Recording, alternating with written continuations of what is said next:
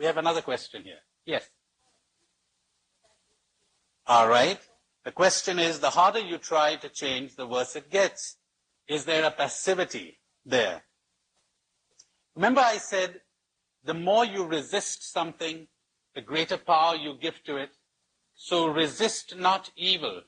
When someone strikes you on the right cheek, offer him your left as well.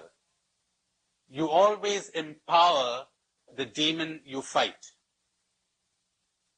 That's very Oriental. Flow with the enemy, and you overcome the enemy. How does one cope with evil? Not by fighting it, but by understanding it. In understanding, it disappears. How does one cope with darkness? Not with one's fists. You don't chase darkness out of the room with a broom. You turn on the light. But the more you fight darkness, the more real it becomes to you, and the more you exhaust yourself. But when you turn on the light of awareness, it melts. Watch this. Scrap of paper. This is $1 billion check.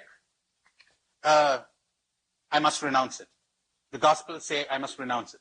Got to renounce it. Got to give it up. I want eternal life. Substitute one greed with another greed.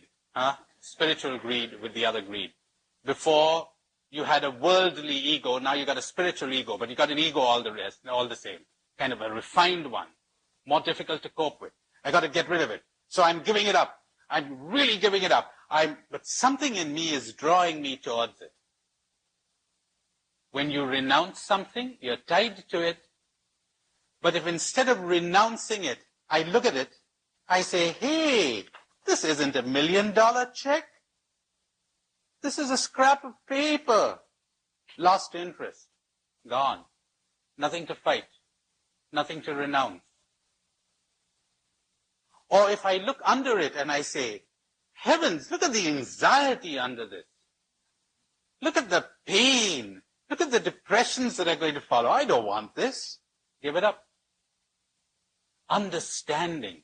Awareness. Does that address itself to your question? Don't fight. Don't make efforts. Don't drag yourself somewhere. Find out what's going on. Like, if somebody has no appetite for food, and you force the kid to eat, come on, eat. No, no, no. What's called for is understanding. What's going on?